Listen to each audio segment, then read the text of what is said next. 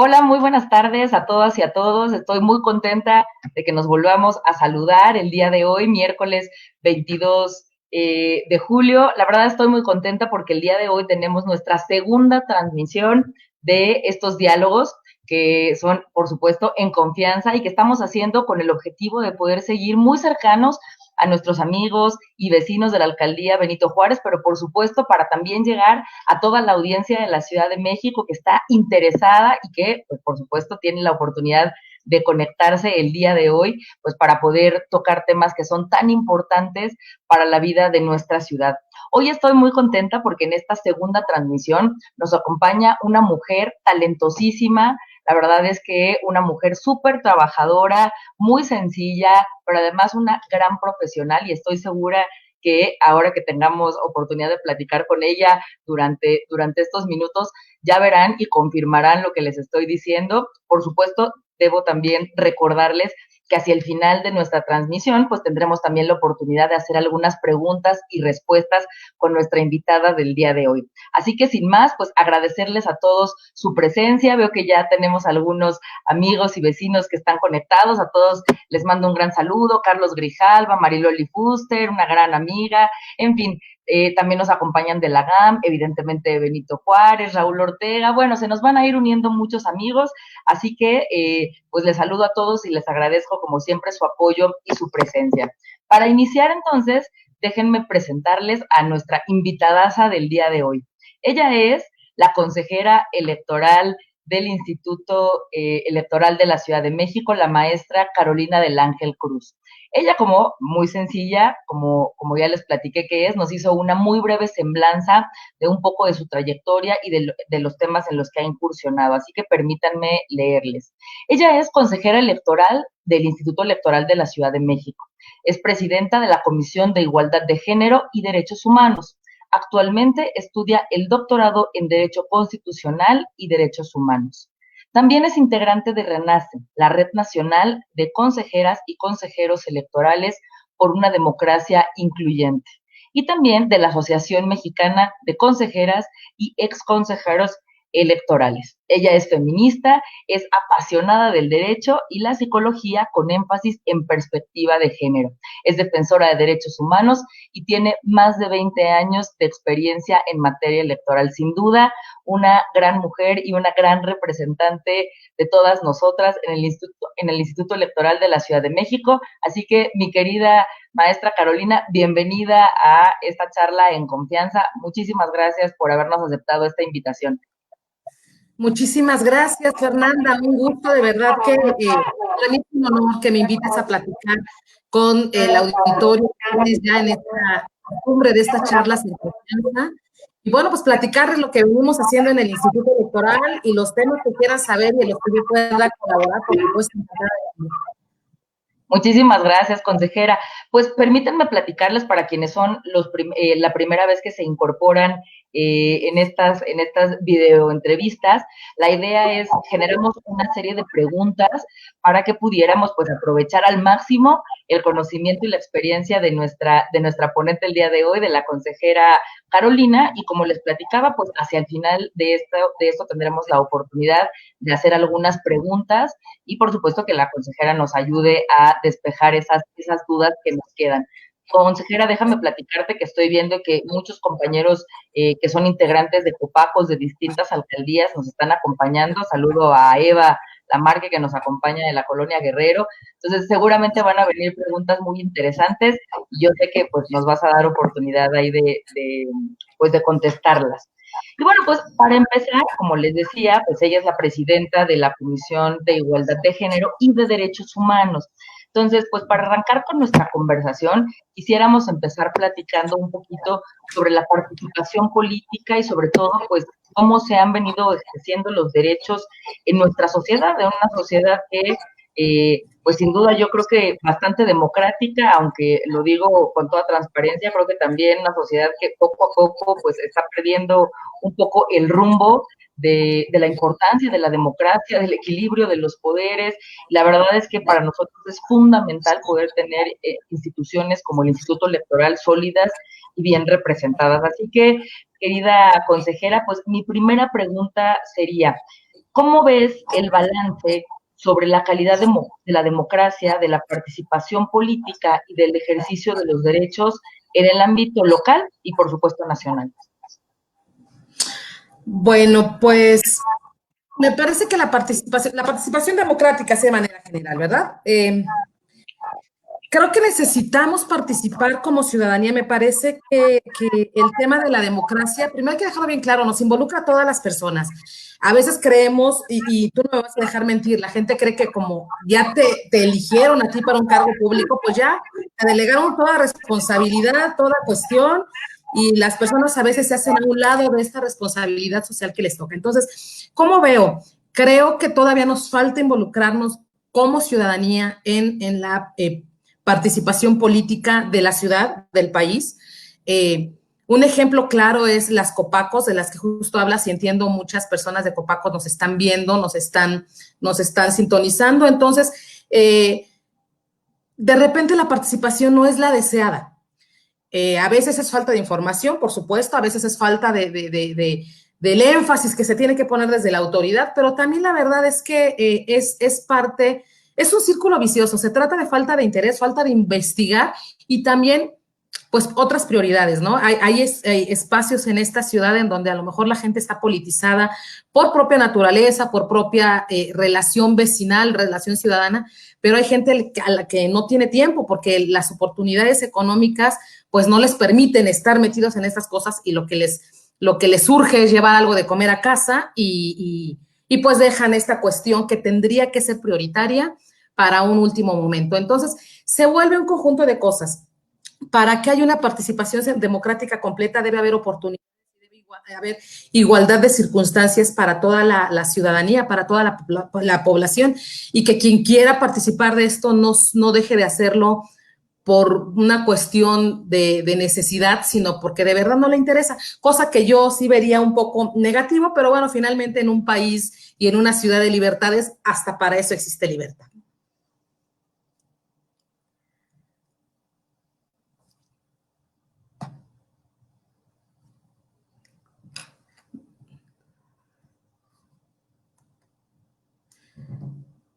Concejala, no te escucho, no sé si soy yo. Tenías toda la razón, mi querida consejera. Ya seguía yo en mute. Y yo ya estaba muy inspirada, pero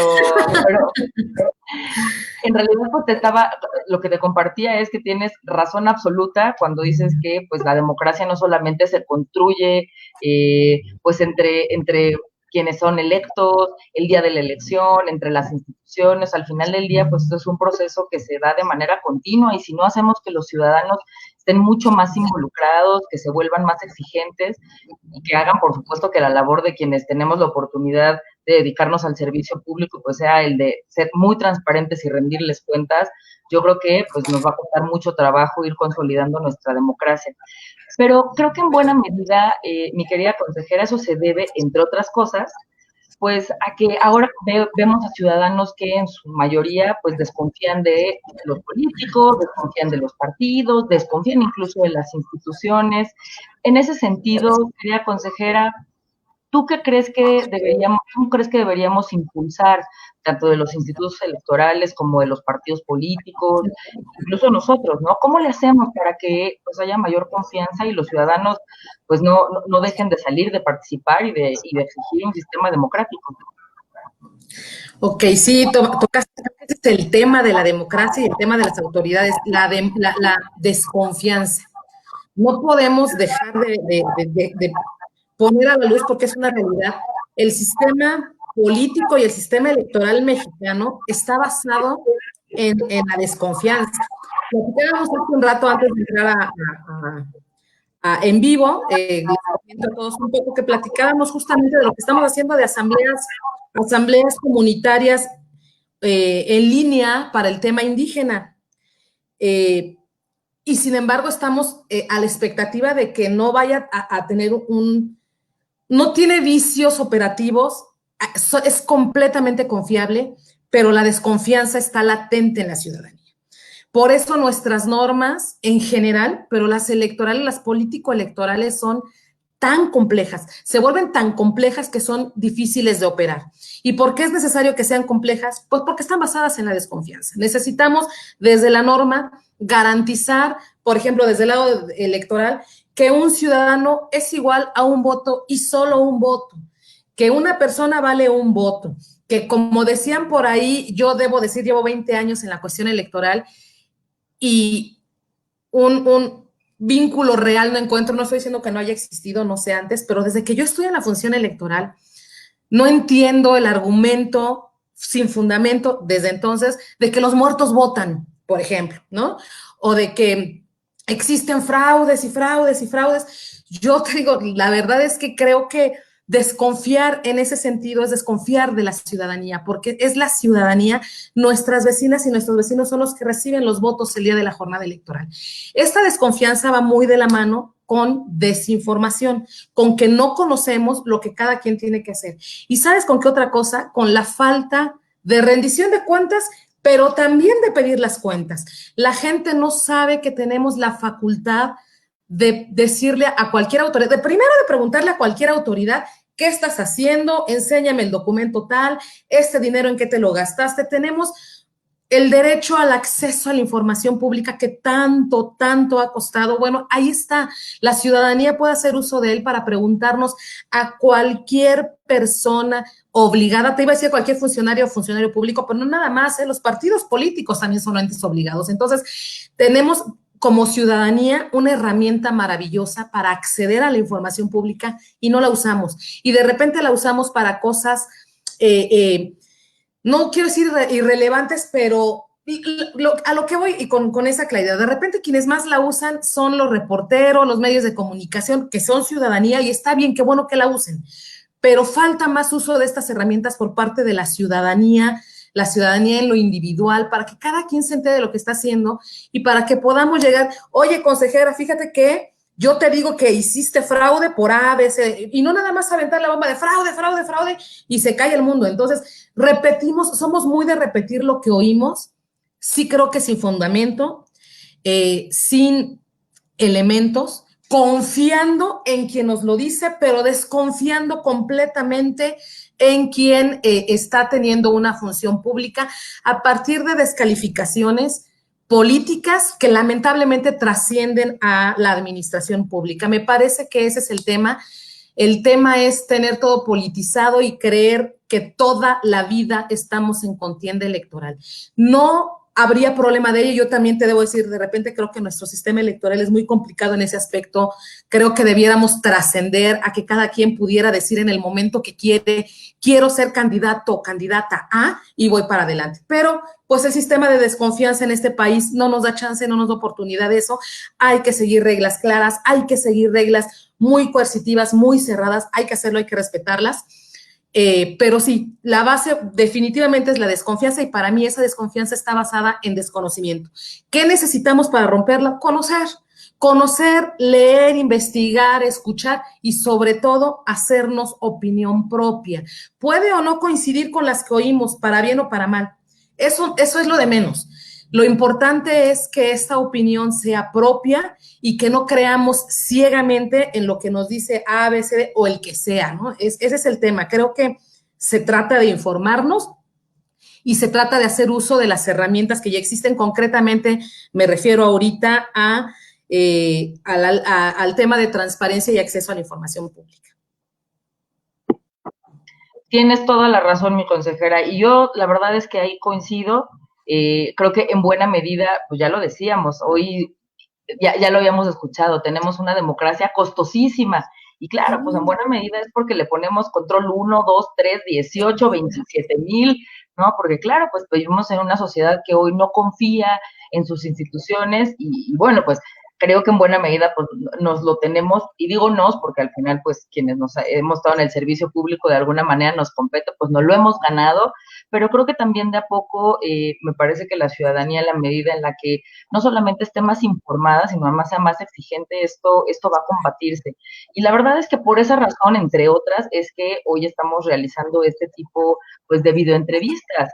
No solamente porque pues, estamos aprovechando que en este tiempo de pandemia pues tenemos la oportunidad de tener mejores vías de comunicación, hemos explotado mucho más las herramientas tecnológicas, por supuesto tenemos acceso a personalidades como tú, mi querida consejera, que tienen oportunidad y más tiempo para podernos dedicar, pero yo creo que lo más relevante es que los vecinos, ¿no? Y los ciudadanos en general, pues estén participando y justo se informen y justo entren en este tipo de ejercicios, porque sin duda, pues el conocimiento es el que nos va a ir quitando estas telarañas en la cabeza, y si no, lo menos que va a hacer que quienes seamos servidores, pues estemos obligados a rendir siempre buenas cuentas, porque sabemos que hay ciudadanos observándonos. Entonces creo que eso va a ser bien importante. Aprovecho para compartirte, mi consejera, te mandan por ahí muchos saludos, está nuestro amigo Raúl desde Iztapalapa, Oceanidas, de Benito Juárez, ella es Copaco de Narvarte, Edith Rodríguez, está con nosotros Alberto Muñoz desde Miguel Hidalgo, también nos saluda Patti Cardona, ella es de General Anaya en Benito Juárez, en fin, ahí les estaré pasando los saludos que nos mandan nuestras amigas y amigos de los distintos espacios en la Ciudad de México. Gracias por estar el día de hoy con nosotros. Y preguntarte, mi consejera, pues a partir de lo que veníamos ahorita compartiendo, yo, como sabes, tuve la oportunidad de ser constituyente de la Ciudad de México, y a mí me parece que en buena medida, pues la Constitución fue dejando pues muchas pistas, ¿no? De cómo generar y de cómo hacer que esta sociedad pues, tuviera más derechos, que pudiera tener muchas más oportunidades de participación. ¿Cómo, desde tu perspectiva, hemos ido por buen camino, se han venido concretando este espíritu con el que se hizo la Constitución de la Ciudad de México? Bueno, a ver, un tema que me puede apasionar y podría hablar horas de él son justo los derechos humanos. Te quiero decir, yo creo que, yo creo, estoy segura, tú sabes, le comento a tu auditorio, el viernes justo el Congreso de la Ciudad de México va a tener un proceso, este periodo extraordinario. Se van a ver cosas muy importantes. Para mí, bueno, a ver, hay cosas importantes en general. Las tres cosas para mí son importantísimas, ya sea porque es un tema de mi interés académico o ya sea porque me toca por trabajo. Tres cosas que se van a ver. Ley de participación ciudadana, algunos ajustes con los que yo puedo no estar de acuerdo, ahí finalmente le tocará a la ciudadanía, pero en los otros dos sí me involucro y le llevo con todo. Uno es el tema de las terapias de conversión. Viene una propuesta legislativa para sancionarlas. Eso me parece una maravilla y un gran avance en materia de derechos humanos. Y otro tema que traen es lamentablemente extemporáneo, pero pues lo importante es que va a salir. Hay que ver cómo. La reforma electoral en materia de género, paridad de género, violencia política contra las mujeres. Entonces, sí vamos dando pasitos. Me parece que el problema de los derechos humanos en este país, yo creo que en el mundo en general, es que confundimos y creemos que se trata de un tema de tolerancia, cuando es un tema de respeto. Yo no tengo por qué tolerar, tengo que respetar. Y los derechos humanos se respetan, no hay más. Algo que a mí me brinca es cuando de repente escucho que quieren someter a consulta derechos humanos, por Dios. Los derechos humanos simple y sencillamente se respetan. Yo no puedo preguntarle a alguien, oye, ¿quieres que se respete este derecho humano de cierto grupo de personas? No, los derechos humanos no tienen por qué entrar a consulta, porque ya en un momento el Estado mexicano convenio, suscribió un acuerdo, suscribió lo que haya suscrito a nivel internacional y en ese momento nos obliga. Entonces, creo que otra vez es parte de desconocimiento. Vamos avanzando, sí, pero todavía se detienen muchas cosas en función de, lamentablemente, la barrera, el dique más grande para la protección de los derechos humanos son posturas personales, individuales, que muchos confunden con ética y moral, y no, la verdad es que son cuestiones ideológicas, no son lo mismo, y creo que la línea es delgadita y a veces cuesta trabajo entenderlo. Entonces, mientras no tengamos esta claridad de lo que es lo público y lo que es lo individual, de lo que debe ser colectivo y de lo que se puede quedar en mi ámbito personal, y de no entender en su amplitud dos conceptos: libertad completa y absoluta, y respeto, no vamos a avanzar ni remotamente. No se trata de, insisto, no se trata de un tema de tolerancia. Cuando hablan de derechos humanos y usan el término tolerancia, ya de entrada estamos hablando de dos conceptos que no tendrían por qué ir juntos. Quien tolera es porque no respeta. Y entonces dice, oye, pues bueno, te hago el favor de tolerarte. Eso creo que es un problema que no nos deja avanzar y que no nos deja entender cuando estamos metiéndonos en la vida privada de otra persona o de otro grupo de personas. Eso todavía nos falta entender los derechos humanos. Hay una característica que tienen los derechos humanos, dos concretamente, que tiene que ver con que son indivisibles y son interdependientes. Es decir, yo no puedo hablar de un derecho humano olvidándome de otro. Y los derechos humanos, no digo yo cuáles son, no lo dice el PRI, no lo dice el PAN, no lo dice Morena, no lo dice el PRD, no lo dice la ciudadanía, lo dicen tratados, lo dice, para empezar, la Declaración Universal de los Derechos Humanos y lo dicen todos los tratados que ha suscrito el Estado mexicano. Entonces, ni siquiera no tendrían por qué estar ni siquiera a discusión. Hay documentos que dicen cuáles son los derechos humanos y a partir de ahí, nos guste o no, tendríamos que legislar.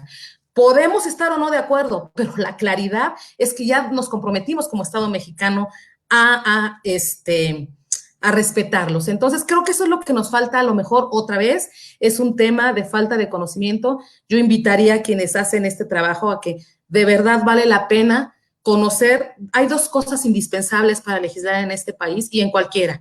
Conocer su Carta Suprema, en este caso la Constitución, en el caso de la Ciudad de México, por supuesto también una Constitución política de la Ciudad de México de súper avanzada, pro derechos humanos. Ahora hay que reflejarla en las leyes, conocerla también a partir de los documentos internacionales suscritos por el Estado mexicano. Es indispensable que los conozcamos para darnos cuenta de cómo estamos deteniendo el avance en materia de derechos humanos. Muchas gracias, consejera. Pues ya vimos que eres una expertaza en temas de derechos. Seguramente tendremos la oportunidad de volverte a convocar para que nos platiques con mucha más detenimiento pues de todo este tema y debo reconocerlo y compartirlo con quienes hoy nos sintonizan. La verdad es que la Constitución justo creo que fue de verdad un gran parteaguas, no solamente en la Ciudad de México, creo que hablo de muchas latitudes sobre el reconocimiento de los derechos.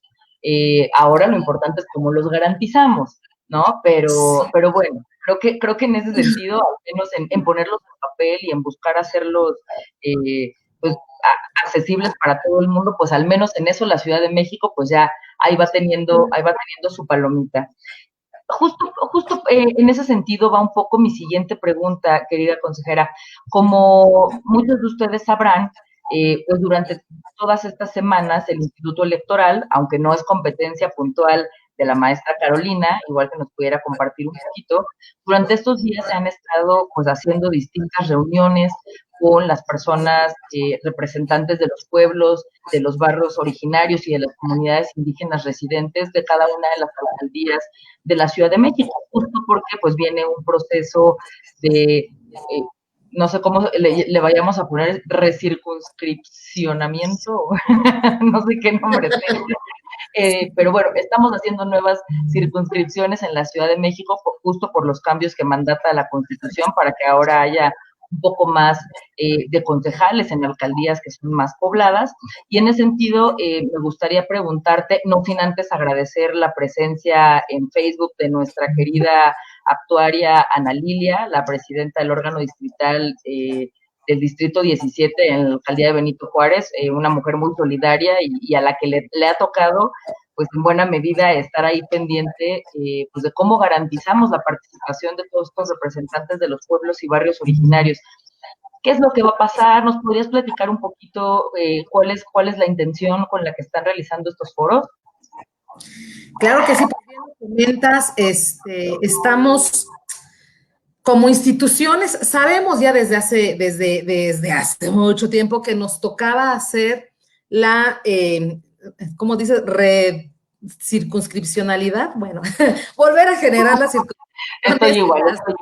Sí, no, porque no existe la palabra, hay que buscarla. ¿No? Digamos que nosotros hablamos de circunscripciones nada más, así traemos el tema. Entonces, sí, justo, la idea es, bueno, para que comentarle a la gente, para ponerla al tanto, en efecto,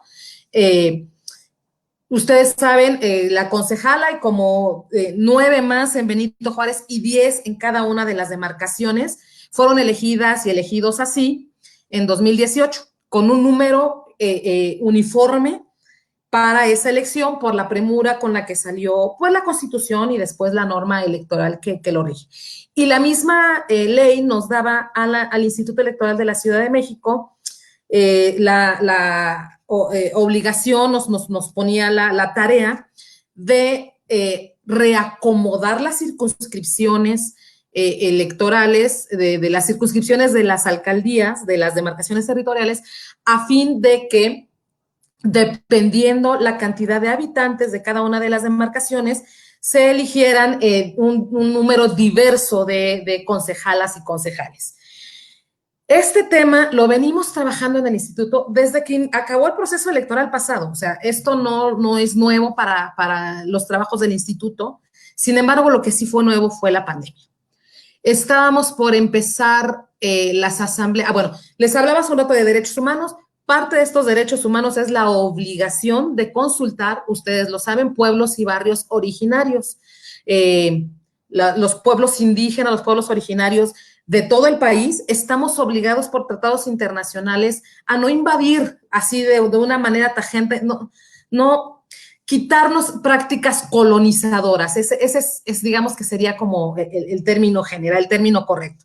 Y al quitar esas prácticas hay que consultarles todo lo que tenga que ver con sus propias comunidades. Entonces, no podemos, yo les decía hace un rato, los derechos humanos no pueden desprenderse uno del otro. Las circunscripciones tendrían que ir entonces avaladas por las nuevas circunscripciones por estos pueblos y estos barrios originarios.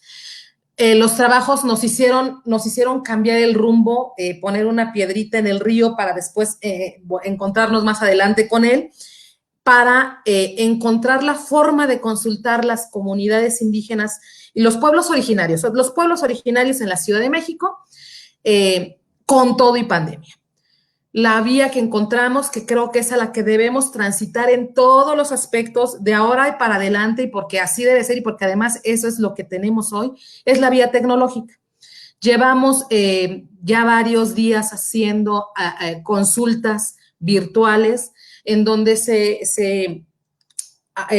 hicieron primero una consultiva, después sigue la de la definición en donde se les presenta el proyecto, lo opinan, se vota, etcétera. Entonces, en eso estamos ahorita. Esperemos que llene las expectativas. Sabemos lo complicado que es, otra vez, no todo mundo tiene el acceso de repente a estos medios y pues no hay forma de garantizarlo además de otra forma. Si bien los derechos humanos no se pueden separar, sí se pueden ponderar. Y entonces no es que uno valga más que otro, pero al afectar uno, ¿cuál sería el menos grave de afectar? Fue una complicación considerar la participación ciudadana y el derecho indígena frente al derecho a la salud. Fue tan complicado que la forma ideal que tuvimos de hacer ese trabajo va a ser a través de, pues insisto, de estas asambleas virtuales que se están realizando. Una vez terminado eso, les decía, ya veníamos ya trabajando un proyecto desde mucho antes, un comité técnico que se constituyó y que que está vigilado desde la Comisión de Organización y Geoestadística del Instituto. La presidencia la tiene mi compañera y amiga, la consejera Miriam Alarcón, que está haciendo un trabajo excelente con este tema y que pues esperamos que a partir de eso y se puedan aprobar las propuestas que tiene el Instituto Electoral para que puedan aplicar en el proceso electoral que está por iniciar en el mes de septiembre. En esto estamos, involucra todo, geografía electoral, y por supuesto involucra la consulta indispensable y necesaria de los pueblos originarios en la Ciudad de México. Pues como verán, vaya que ha resultado complejo adaptarnos a estos nuevos tiempos. Sin duda, pues lo seguiré diciendo, sobre todo porque tenemos en este momento a dos personas a las que quiero y admiro muchísimo y que además fueron también parte del constituyente de la Ciudad de México conectados. Se encuentra también con nosotros la maestra Mariana Gómez del Campo y nuestro querido don Augusto Gómez Villanueva. De verdad que dos extraordinarias personas, porque además aportaron muchísimo en la constitución de la ciudad, así que agradezco enormemente que se encuentren con nosotros. Y bueno, don Augusto, que además tocó el tema de pueblos y barrios originarios, otro que nos va a dar un día de estos una gran cátedra, seguramente nos podrá ayudar mucho para entender la complejidad a la que ahora se enfrentan ustedes como Instituto Electoral, pues para ponerlos de acuerdo, para hacer esta consulta, hacerla vía remota, porque pues por lo pronto lo más importante es la salud, porque pues sin salud no hay manera, ¿verdad?, de que se pueda dar todo lo demás. Entonces, bueno, creo que aquí vamos a tener mucha tarea y de verdad que los felicito enormemente, querida consejera. Ahora, justo volviendo a este tema, porque tuve la oportunidad el día de hoy de estar por la invitación de nuestra presidenta Ana Lilia, de poder estar en la reunión a la que convocaron a los representantes de los pueblos y barrios originarios. Y la verdad es que a mí me hubiera gustado pues tener un poco más, o al menos ver a muchos más vecinos involucrados, muchos más participativos. Me queda claro que no es un tema de la actuaria, porque vaya que sé que siempre está muy pendiente de todos los vecinos e invitándolos, pero así como este ejemplo, me parece que en términos generales pues, tenemos una sociedad que poco participa, y me refiero, por ejemplo, a las últimas elecciones que tuvimos para elegir a nuestros papos. ¿Cómo le hacemos, consejera, para incentivar la participación, votos electrónicos? ¿Tú por dónde crees que debería ir este asunto? Yo creo que necesitamos... El punto es que te decía, la gente está en muchas otras cosas por necesidad. Yo creo que la falta de participación política no es desinterés, definitivo, creo que es falta de oportunidad, falta de tiempo. Y a veces cuando tienes tiempo, por lo que quieres es descansar de jornadas de trabajo arduas, largas. Creo que lo primero es generar condiciones de igualdad en la ciudadanía. ¿Para qué? Insisto, quien no se involucre sea porque no quiere de veras y no porque no pudo, primero. Segundo, pues necesitamos consolidar nuestro andamiaje de participación ciudadana, porque las pocas personas que se involucran, cuando ya conocen la figura, resulta que ya se las cambiaron, y entonces hay que volver a conocerla, y entonces todas las autoridades nos metemos en una dinámica de empezar a dar a conocer un nuevo sistema, de empezar a dar a conocer un nuevo plan, un nuevo proyecto, y además en poco tiempo. También creo yo que a veces el desconocimiento de otras instancias, del trabajo que implica todo esto, y que lo saben las personas que están conectadas de las Copacos, saben perfecto el trabajar que implica estar metidas o metidos en la dinámica ciudadana. Lo sabemos las autoridades electorales, lo sabe la gente que está en campo, pero no toda la gente conoce el trabajo y se menosprecia. Se menosprecia desde la autoridad electoral, y me parece que no nos ayuda ese menosprecio que se hace, que yo no me atrevo a hacer menos el trabajo de nadie. No me atrevo a calificarlo de es fácil, a creer, como dicen por ahí, no son enchiladas. En efecto, no son enchiladas.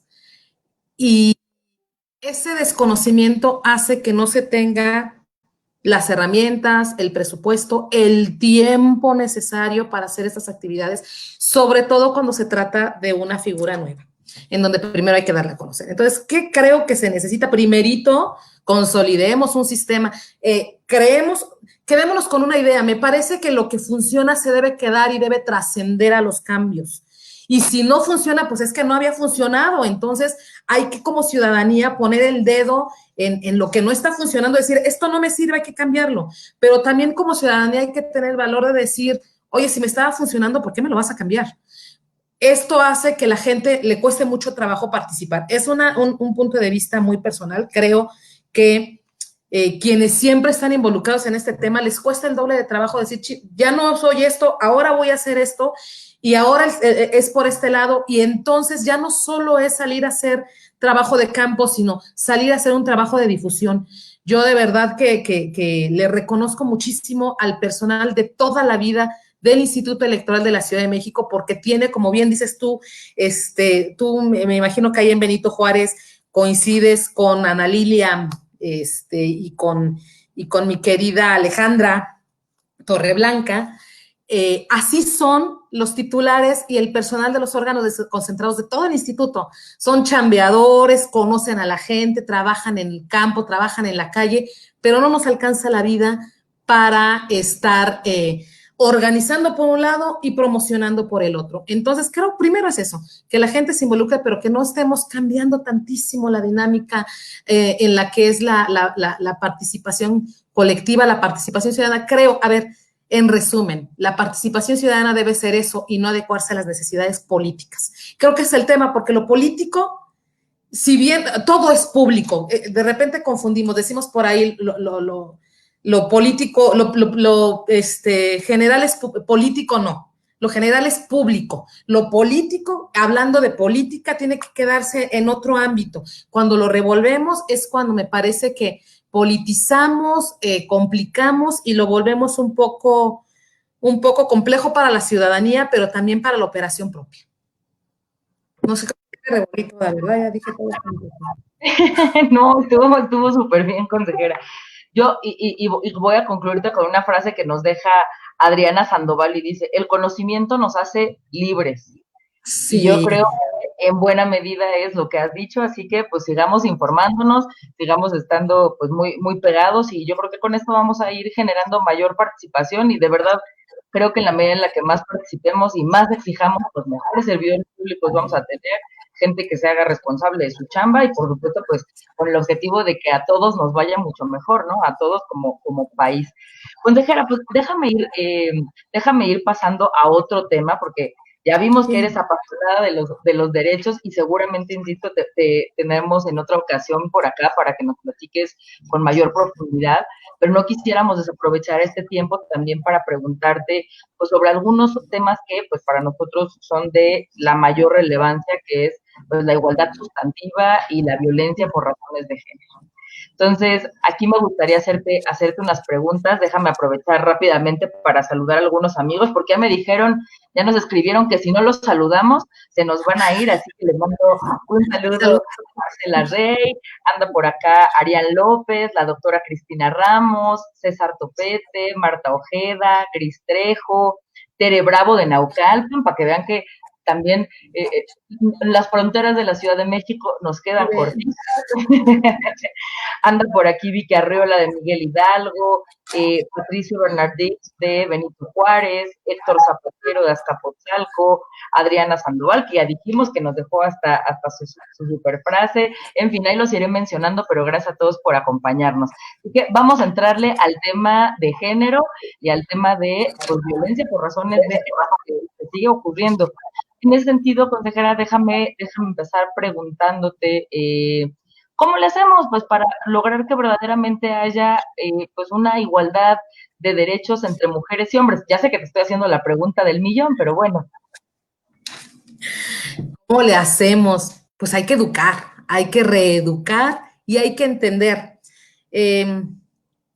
Creo que, a ver, el tema de la violencia, yo me acuerdo alguna vez se lincharon a una persona, a la persona pública más pública del país por hablar de la violencia y decir que era cultural, cuando yo la verdad creo que lo que quería decir es que es estructural, como la violencia en general y como la violencia de género. Se trata de un tema que sí tenemos arraigado, aunque digamos que no, lo tenemos arraigado. Educamos con violencia, hablamos con violencia, nos tratamos con violencia. La violencia per se, lamentablemente, en este país, y me atrevo a decir en el mundo, está hasta en la política, está en todo. Como ejemplo te digo, bueno, viste, yo soy también apasionada de la psicología, y desde que empecé a entenderla de lleno, no entiendo frases, por ejemplo, como la de educar a un niño o una niña y más vale una nalgada a tiempo. Complétenme la frase, ¿a tiempo de qué? ¿Por qué? ¿Por qué confundimos educar, convivir, realizar? ¿Por qué lo relacionamos siempre con la violencia? Bueno, pues esa es nuestra estructura, esa es nuestra insisto, es estructura, así es que es un problema estructural y cuando es como las bases, los cimientos de una casa. ¿Qué tenemos que hacer? ¿Por qué toda esta explicación? Porque hay que tirar la casa y hay que volverla a construir.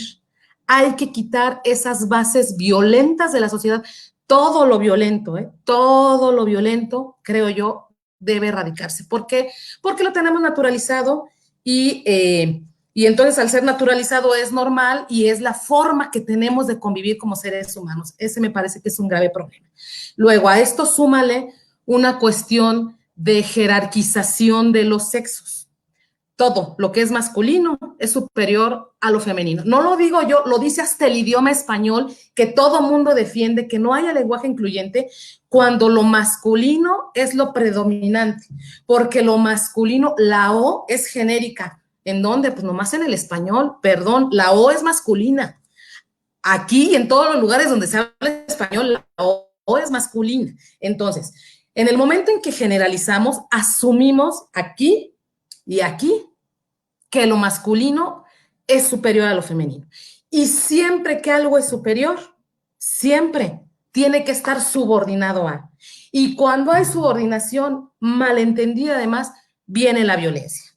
Entonces, eso, así tenemos que empezar a entender esa dinámica estructural, otra vez, en la que vivimos. Así vivimos y así estamos.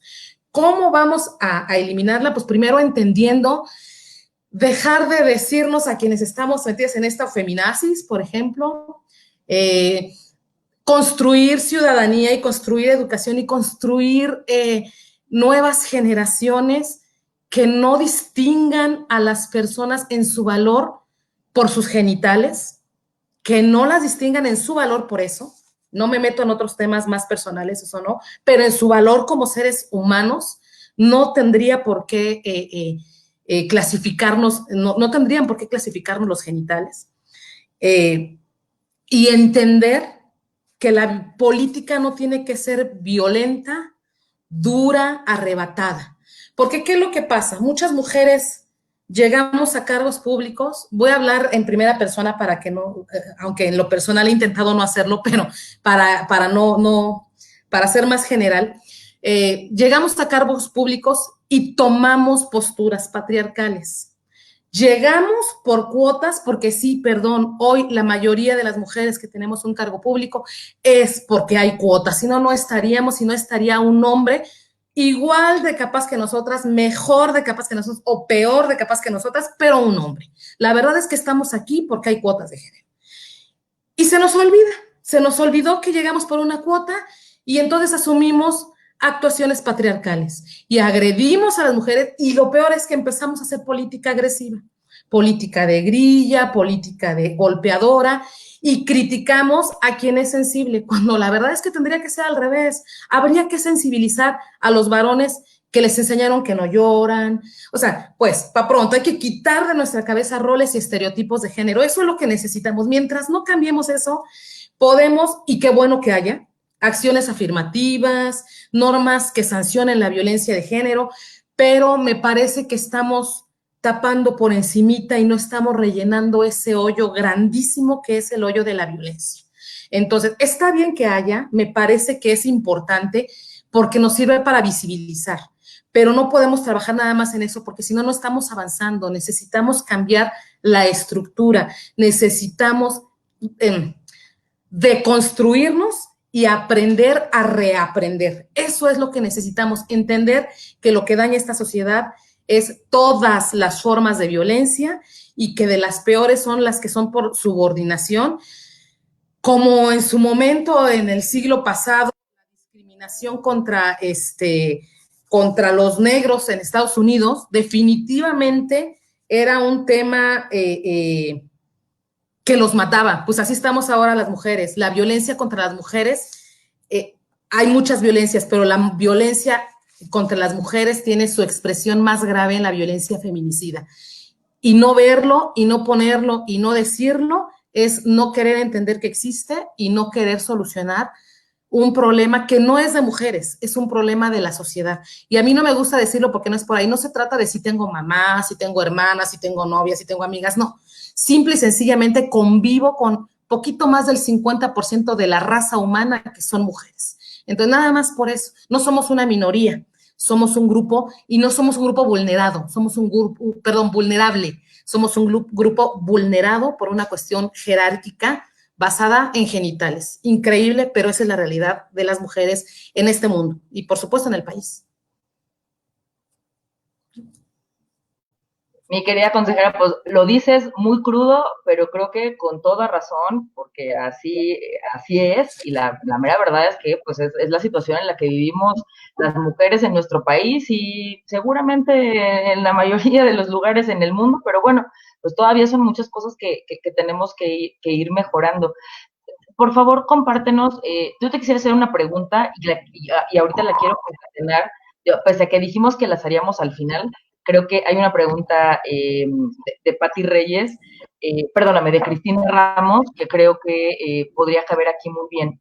Yo lo que te preguntaría, mi pregunta en realidad es, ¿cómo ves que hayan funcionado las acciones afirmativas? Y sobre todo que nos pudieras precisar un poquito más cuál es el objetivo que persiguen. Digo, ya creo que ya nos diste un gran contexto de la situación en la que vivimos las mujeres, sobre todo las que nos dedicamos a este tipo de ámbitos, pero que pudieras platicarnos un poquito más los alcances que han tenido estas acciones afirmativas, porque para muchas e incluso muchos compañeros, pues sí, siguen siendo de pronto cosas medio complicadas de entender. Digo, al final entiendo, pues esto es novedoso para muchos, pero bueno, cuéntanos un poquito sobre las brechas y cómo has visto que nos han ayudado a posicionar a las mujeres. Bueno, a ver, ¿por qué lo ven complicado? Porque es una realidad. Yo te decía hace un rato, si no estuviéramos tú de concejala, yo de consejera, habría un hombre de concejal y habría un hombre consejero. Eso es la realidad. Entonces, no es un secreto y es una realidad que todo espacio que ocupa una mujer en el espacio público es un espacio que tenía un hombre. Por supuesto que van a sacar las uñas, por supuesto que las van a sacar, porque no entendemos como sociedad que es un problema estructural. Entonces, ese es el primer punto que hay que tener bien claro. Necesitamos que los hombres sean nuestros aliados para que entiendan que no se les está quitando nada. Estamos tomando lo que nos pertenece. Es bien diferente. Entonces, lo primerito es eso. La realidad es que ellos, varones, conste, no estoy hablando en lo individual de cada hombre y no estoy hablando del colectivo de hombres, estoy hablando de patriarcado, porque también yo siempre pretendo y siempre me gusta empezar cuando hablo de género diciendo jamás es contra los hombres, jamás, es contra el patriarcado. Entonces, tener esa claridad primero. Como dice por ahí una frase, me encantaba, cuando estoy tan acostumbrada a un privilegio, la igualdad me parece agresiva. Y ese es el tema. Los hombres están en una situación privilegiada respecto del espacio público. Y eso hay que tenerlo claro. El punto es que están tan acostumbrados a ese privilegio que todo lo demás les puede parecer agresivo. Entonces, necesitamos sensibilizarles de que no se les está quitando nada, porque no es de ellos, es espacio público. Y al ser espacio público, también nos corresponde a las mujeres. Entonces, eso es el por qué se sienten agredidos, no es en lo individual, no es contra un hombre, es la participación política de las mujeres. Chocan, por supuesto que chocan, pero no es contra ellos. Acciones afirmativas, pues por eso estamos aquí, definitivo. ¿Qué alcances han tenido? Pues que llegamos, pero también tienen alcances negativos. Justo este choque de cuestiones hace que las mujeres que participamos de la política seamos más agredidas. Muchas no lo decimos, pues porque no nos dejamos, porque nos defendemos, porque muchas lamentablemente no nos exponemos, ponderamos y dejamos de hacer cosas para que no nos agredan. Seguramente yo estoy segura, tú y yo no hemos hablado de este tema nunca, concejala, pero estoy convencida de que tú has sido agredida en cuestión política, nomás porque eres mujer. Estoy segurísima de ello.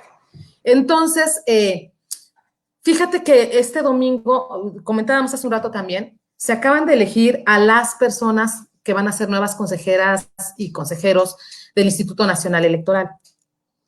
Yo vi las entrevistas el domingo, todas ellas muy interesantes, pero no sabes cómo me indignó porque esa es la palabra, sobre una candidata que le preguntaron sobre sus relaciones laborales con su jefe y que si su marido es funcionario de no sé dónde. O sea, las mujeres siempre estamos en función de un hombre, de nuestro papá, de nuestro marido, de nuestro jefe, bueno, hasta del hijo. Amé la respuesta de ella, pero es increíble que a las mujeres nos pregunten esto. Yo estoy convencida que esos señores que también participaban en este proceso, también tienen un jefe o una jefa, pero olvídense, peor, un jefe en alguna cuestión pública, un pariente en otra cuestión pública, y a ellos no les hacen esa pregunta. A nosotras sí. ¿Por qué? Porque se asume que las mujeres llegamos ahí a hacer lo que los hombres nos dicen. Entonces, es un problema grave, es un problema, otra vez, insisto, es un tema estructural y que tenemos que hacer acciones afirmativas, otra vez, que quiten esta cuestión. Las necesitamos, sí, son lo ideal, no solo lo ideal que por propia naturaleza las acciones afirmativas son temporales, existen solamente mientras para equilibrar la desigualdad. La intención de estas acciones afirmativas es que desaparezcan cuando se logre la igualdad. Entonces, necesarias son, sí, lo deseable es que vayan desapareciendo, pero para eso, insisto, tenemos que cambiar la estructura completita, tenemos que cambiarnos el chip como sociedad y tenemos que dejar de ver entrevistas a donde a una mujer le pregunten, ¿tú vas a llegar al INE a hacerle caso a tu jefe? Por favor. Eso es lo que necesitamos. Y que además lo dijeron tan natural y que además de las personas que lo entrevistaron fueron tres quienes le preguntaron eso. Es increíble e indignante, pero esa es la realidad y por eso necesitamos estas acciones afirmativas. Alcances han tenido, pero no han sido suficientes. Necesitamos, fíjate, Congreso de la Ciudad de México y concejalías, ya tenemos paridad. Pero ¿cuántas alcaldesas hay? 25%. Esa es la representación sustantiva que tenemos en la Ciudad de México, con todo y que vamos de avanzada, con todo y que estamos muy por encima de muchas entidades y muy, pero muy por encima del promedio nacional. Entonces, esa es la situación de este país. Ciudad de México vamos bien, nos falta darle y pues en el Instituto Electoral de la Ciudad de México, te decía hace un rato, no salieron las reformas en materia de paridad. Sin embargo, pues estamos esperando a ver qué sale del Congreso de la Ciudad de México para en su momento armonizar, nosotros nos toca armonizar normas, pero nos tocará armonizar el proceso electoral a partir de lo que surja, buscando esta igualdad de circunstancias, porque quien llegue o no llegue a ser funcionario público electo popularmente depende de la ciudadanía. Pero como autoridad electoral estamos obligadas y obligados a generar las condiciones de igualdad junto con los partidos políticos. Pues sí, mi consejera, como bien dice este programa, andamos en confianza, entonces sí tendré que decirte que tristemente estas situaciones que platicas las he vivido y estoy segura que hablo por muchas de mis compañeras, las vivimos por todas. Siempre, ¿no? Y es tristísimo saberlo, porque en efecto, seguramente, pues a ninguno de los compañeros a los que entrevistaron, pues les preguntaron justo, ¿no? Qué tipo de relación tenían con mujeres y si entonces, bueno, creo que ese tipo de cosas son las que tenemos que erradicar y honestamente, pues déjame decirte, qué padre que, y aprovecho, pues evidentemente aquí veo una gran cantidad de mujeres escuchándonos, pero también veo muchos compañeros y a todos los que conozco, sé que son hombres solidarios, que están clarísimos de esta causa y al contrario, pues hombres que siempre apoyan y ayudan a que más mujeres pues podamos seguir llegando a estas posiciones y creo que al final del día eso es lo que buscamos, que no lo vean como una competencia desleal, al contrario, entendemos que pues partimos de un punto y de un piso de oportunidades distinto. Nomás dejen que nos igualemos, ¿no? Y ya estas acciones afirmativas, que en efecto pues son temporales, pues ya habrán de quitarse, ¿no? Entonces, pero bueno, sí creo que ojalá. Sí, ojalá, y yo espero que sea muy pronto.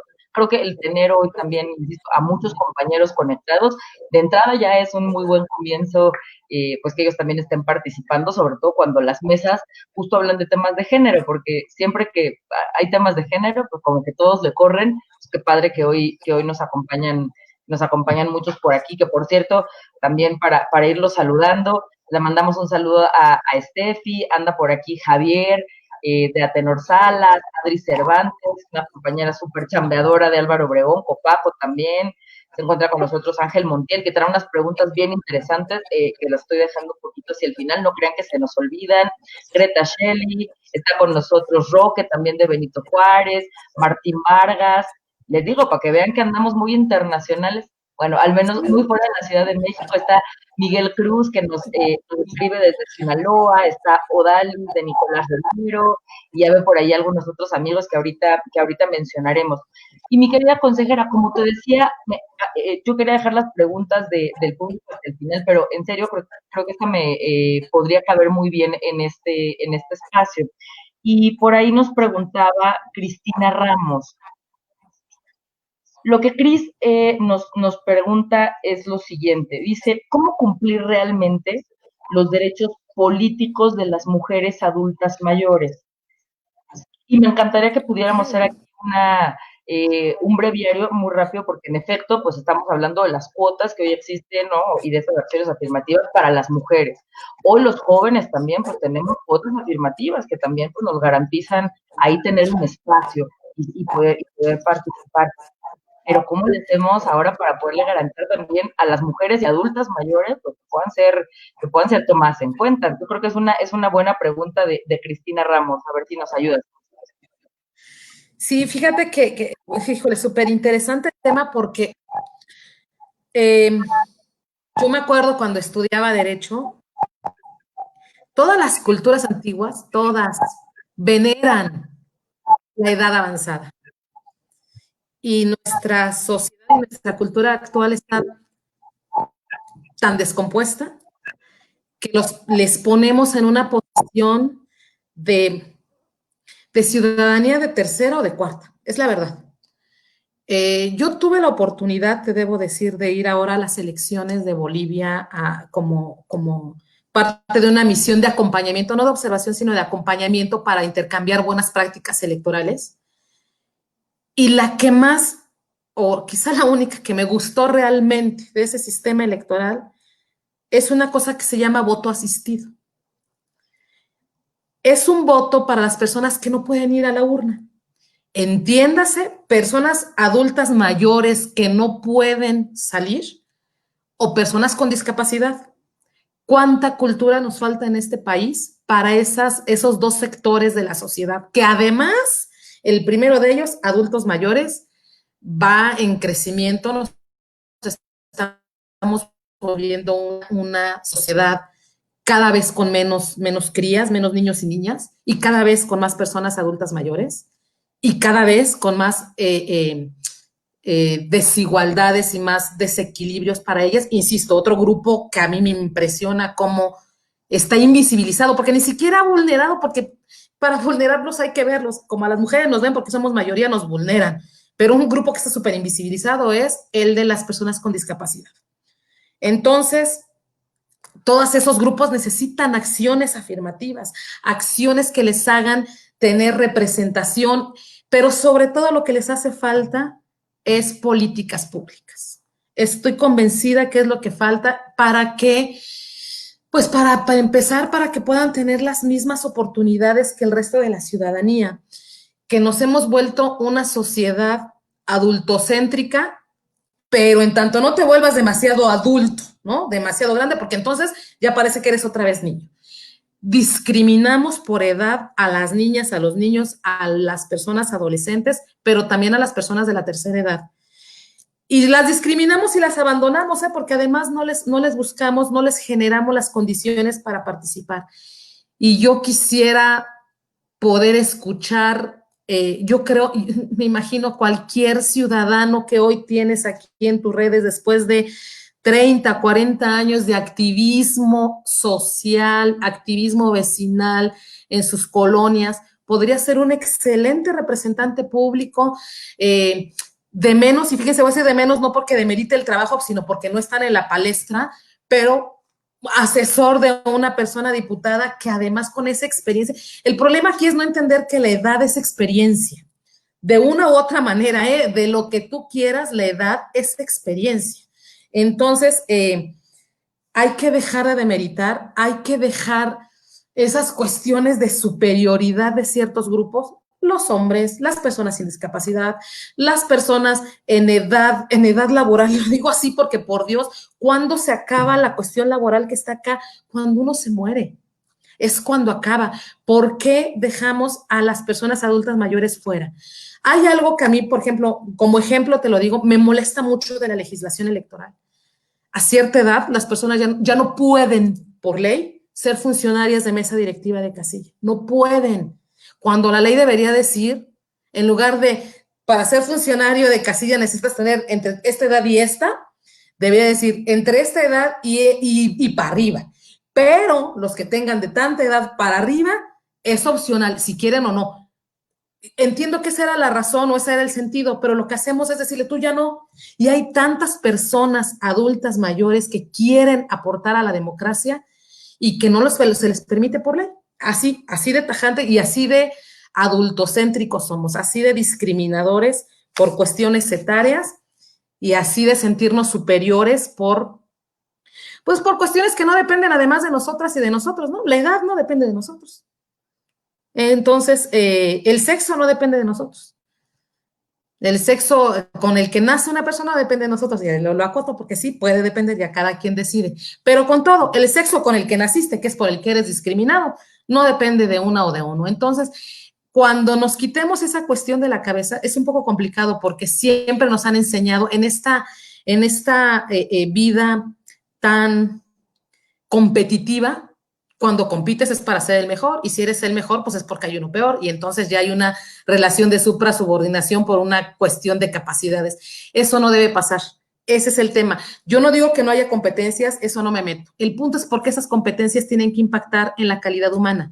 Ese es el tema. Ese es el verdadero tema.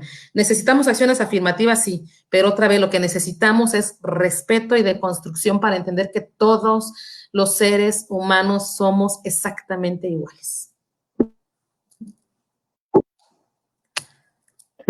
Muy bien dicho, mi querida consejera. Y la verdad es que gracias a la pregunta que nos hizo Cristina, creo que en efecto, pues para nuestros adultos mayores no solamente el mayor de los respetos, sino además pues el siempre aprovechar su experiencia y sin duda la enorme capacidad que tienen y de todo lo que le pueden aportar a esta sociedad. Así que padrísima su pregunta y muchas gracias por la respuesta. Quiero compartirte, mi querida consejera, que también hoy andamos de lujo con algunas de las personas que nos están aquí viendo, que está con nosotros la magistrada Marta Mercado, y es magistrada del Tribunal Electoral, la Sala Regional, que ya vimos que es muy cercana y buena amiga de la maestra Caro. Yo le mando un gran saludo a la magistrada Marta y le agradecemos enormemente que pues tenga la oportunidad de escucharnos y de estar por acá. Justo eso es lo que más necesitamos, mujeres como la magistrada, como la consejera Caro, que son bien solidarias, mujeres que de verdad le hacen honor a la sororidad. Entonces, gracias, magistrada, por estar por acá un ratito con nosotros. Ya le daremos lata, también para que nos acompañe por acá. Y por supuesto, pues seguir saludando a nuestros vecinos y vecinas de Superlujo. Le mando un saludo a Luz María de Camballe, a Angie Morales, gracias por sus comentarios, Monse Chichino, una niña participativa, no sabes qué talentosa, de Coyoacán, Isabel Luna, la señora Echeverría, que nos acompaña desde Catepec, Carlos Grijalva, también de cruzar las fronteras, Elena Gallardo, Roberto Martínez, nos acompaña Luis de la Magdalena Contreras. Andamos hoy muy saludados, pero además pues bien contentos, y como verán más tarde, muchos muy buenos comentarios de nuestros, te digo, consejera, aquí tenemos puros amigos y compañeros bien solidarios con las mujeres, así que gracias por estar con nosotros. Yo me quisiera ya ir acercando hacia el final de mis preguntas, porque ya tenemos varias resguardadas. Ahí vamos a echar las preguntas de los demás, no se crean. Pero me gustaría nada más irme, consejera, con una pregunta que si bien es técnica, me gustaría que pudieras compartirnos y darnos una explicación muy sencillita de dos temas que creo que son fundamentales para que todos entendamos.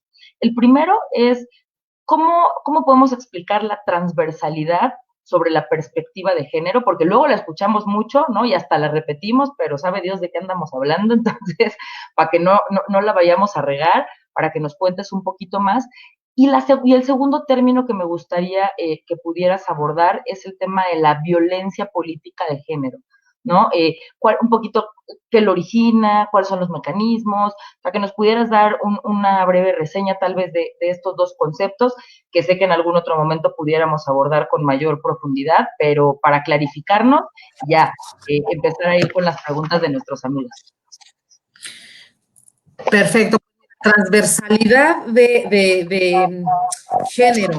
Se trata de que todos los aspectos de la vida los veamos con esta perspectiva de género.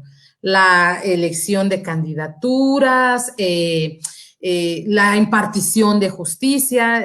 Ojalá y pronto invites a la magistrada Mercado, ella te podrá hablar más del tema de impartición de justicia con perspectiva de género, a la que se está obligada y obligados en todas las instancias desde mandato ya normativo. Entonces, eso es que a todo lo que se haga no se vea solo desde el aspecto de género, sino al revés, a todo hay que ponerle la perspectiva de género. Verlo, dicen por ahí, puso de moda una escritora española, verlo con las gafas violetas.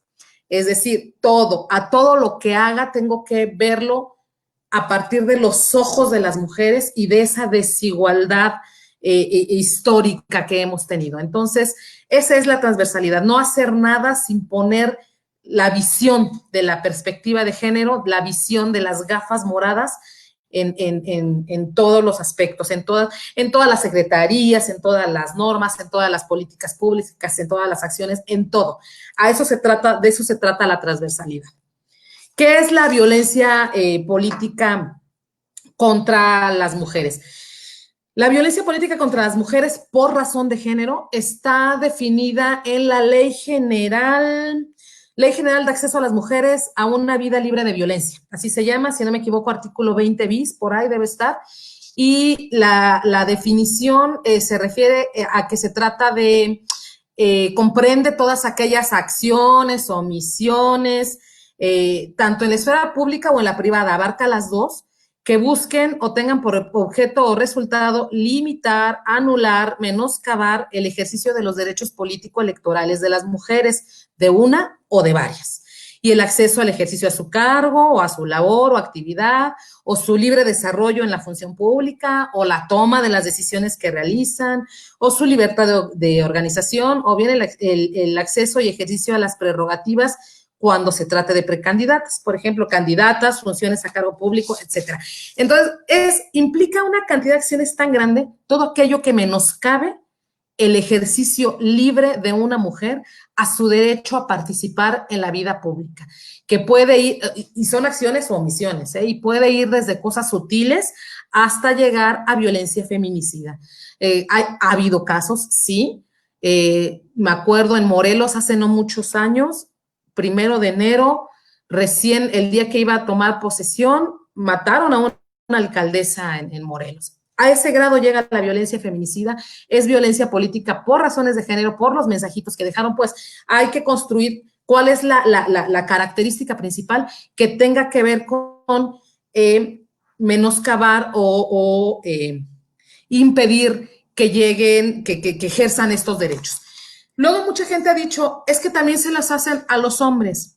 Sí, porque la violencia impera en todos lados, pero a ellos no les pasa por el simple hecho de ser hombres. A las mujeres sí. Y como ejemplo retomo lo que te comentaba de las entrevistas que vi el domingo, no nos tratan igual, esa es la verdad. Yo no me imagino, insisto, a ninguno de los coordinadores de los grupos parlamentarios preguntándole a un caballero si iba a llegar a hacer al INE lo que le dijera su esposa o su jefa, ¿no? Y a las mujeres sí hay un trato diferenciado con las mujeres, y cuando ese trato diferenciado impacta en la función pública de las mujeres o en el ejercicio de sus derechos político-electorales, es violencia política contra las mujeres. Muchas son tan sutiles que no las vemos y cuando nos las dicen, ah, caray, me violentó, ¿no? Puede ser desde te dedican menos dinero para tu campaña porque eres mujer, porque también pasa. Y puede llegar, insisto, puede pasar sutilmente de, ay, ya vas a llorar, ¿no? Eso es violencia de género porque está basada en un estereotipo contra las mujeres y llegar, insisto, a la cuestión tan grave como pueden ser lesiones físicas o incluso el feminicidio. Eso a grandes rasgos sería los dos conceptos. Pues como verán, vamos a tener materia para poder pronto desglosarlos, creo que son muy importantes y sin duda pues son temas en los que tenemos que estar siempre participativos y muy pendientes, sobre todo pues nosotras, ¿no? Que son las que somos las que más nos interesa que esto se cumpla y que podamos ir erradicando de a poco pues la violencia que se ejerce en contra de las mujeres. Hay algunas, digo, no quiero ponerles métricas porque pues seguramente resultará difícil, hay algunas a las que nos hacen preguntas incómodas o que nos asocian con alguna persona, siempre un hombre, ¿no? Para poder estar en alguna posición, pero sin duda poder pensar que hay mujeres a las que asesinan por haber tenido la oportunidad de que la gente confiara en ella y de que votaran por ella y que por esa razón le pueden quitar la vida y creo que definitivamente pues hay una brecha grande, pero ninguna se debe permitir y hay muchas cosas todavía con las que tenemos que trabajar. Finalmente, mi querida consejera, yo nada más me iría ya con esta pregunta de su servidora para darle paso a los compañeros y compañeras que nos han mandado sus comentarios y sus preguntas. Y es, ¿podría platicarnos un poquito cómo ve el reto de las elecciones en 2021 en términos generales, sobre cómo ve que va a haber, cómo va a estar la participación ciudadana, sobre todo ahora que vivimos en épocas COVID, si parece que vayamos a estar en condiciones pues de salir y de garantizarle a la gente que pues va a poder ir a votar de manera segura, si la gente pareciera que está con las mejores intenciones de salir a votar, sobre todo, ya lo hablábamos al principio, pues ahora con la desconfianza que hay, ¿no? Y la poca credibilidad que hay en los institutos políticos. ¿Cómo ve que va a estar el 2021? Bueno, primero, qué bueno que tocas el tema de la desconfianza, porque voy a hacer una invitación a la gente. Lástima que no se puede que sea así cualquiera, pero a ver, ¿qué manera o qué mejor manera de no desconfiar de las elecciones? Participando de ellas. Tenemos formas diferentes. La ideal, a mí siempre me quedé con las ganas, fíjense, nunca salí insaculada para ser funcionaria de casilla. Y cuando por fin salí insaculada, ya era yo funcionaria electoral, pues ya no pude. Pero, por ejemplo, esa es una maravilla. Para empezar, creo, para mí me parece que debe ser el honor más grande que puede tener una persona ciudadana mexicana, el ser elegida o elegido para recibir y contar los votos de las personas que viven en su comunidad. Entonces, primero, no se escondan, si salen insaculados, éntrenle, porque esa es la mejor forma de que vean que no hay fraude, que los votos se cuentan, que una persona es un voto, etcétera. Todo esto es la primera forma de garantizar. Que yo quería y no salí chin. Bueno, pues tengo otra opción que maneja la ley y que es una maravilla también. Observen las elecciones. Existe la figura de observadores y observadoras electorales que pueden allegarse de toda la información del proceso electoral y es nada más tomar un curso para que sepan de qué se trata, lo que se va a hacer, se les entrega una acreditación y formarán parte como observadores del proceso electoral. Esto nos ayuda mucho, mucho, mucho, mucho a quitar un tanto la desconfianza. Entonces, hablando de la desconfianza, esa invitación, por favor, participen. Si van a ser candidatas o candidatos, adelante. Si van a ser funcionarios de casilla porque salieron insaculados, qué bueno. Si no, sean observadoras y observadores electorales. Pero es importante que veamos cómo se lleva a cabo el proceso electoral, porque también somos una sociedad de voz en voz. Y si yo vi que las elecciones fueron limpias y yo le digo a alguien, a ver, no me contaron, yo lo vi, eso nos va a ayudar mucho como sociedad y también a tener la tranquilidad de que las elecciones son limpias, son transparentes y que gana quien tiene que ganar porque ganó. Eso es importante que lo sepa la gente y que lo trabaje. Elecciones y COVID, pues también es me has hecho las preguntas del millón, querida concejala. Pues es que es el tema. Quiero que sepa la gente que desde 2014 el sistema electoral mexicano es concurrente. Digamos que algunas facultades las tiene el órgano electoral federal y muchas otras los órganos públicos locales electorales, nos conocen como OPLE, a mí me choca, los institutos electorales en cada una de las entidades. Como las elecciones se hacen así de coordinadas, llevamos mucho tiempo ya coordinándonos con la autoridad electoral. No nos hemos dejado de ver de manera virtual, por supuesto, trabajando escenarios, trabajando proyectos, trabajando convenios. Cada entidad del país con elecciones firma un convenio de colaboración con el Instituto Nacional Electoral y justo ahorita estamos trabajando sobre muchos escenarios porque no sabemos en qué condiciones de semáforo vamos a arrancar el proceso electoral. Entonces debemos trabajar desde muchos escenarios. La autoridad electoral le puede garantizar a la gente que va a salir a votar sin contagiarse. Me parece que es muy adelantado hablar de esa cuestión porque implica cuestiones de semáforo que no le toca a la autoridad electoral, implica cuestiones sanitarias que nos toca observar pero que no nos toca dictar, implica cuestiones de vacunas, no sé, por ahí suena ya que a lo mejor en diciembre tenemos vacuna, qué maravilla, ¿no? Porque entonces estamos hablando de unas elecciones casi normales. Entonces, ¿estamos trabajando en los escenarios? Sí. Lo cierto es que como autoridad electoral nos va a tocar plantear escenarios en donde la gente pueda salir a votar. No puedo decir que sin riesgo, porque entonces pareciera que ya va a ser responsabilidad de la autoridad electoral y no.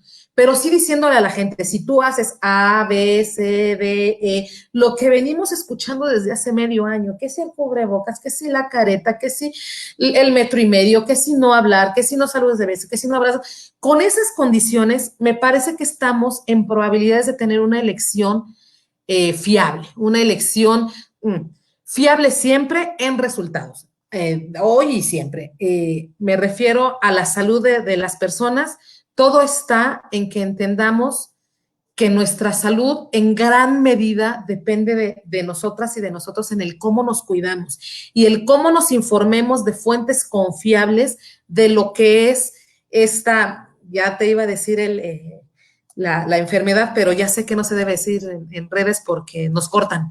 Entonces, esta pandemia y esta situación que nos tiene en estas condiciones, hay que conocerla de fuentes confiables, de fuentes muy confiables. Y voy a decir una cosa bien fea, pero es real, hay que aprender a que está aquí, porque llegó y como cualquier virus no se va a ir. No se va a ir. Hay que buscar cómo no contagiarnos, hay que buscar cómo vacunarnos. Ojalá pronto estemos en esas circunstancias.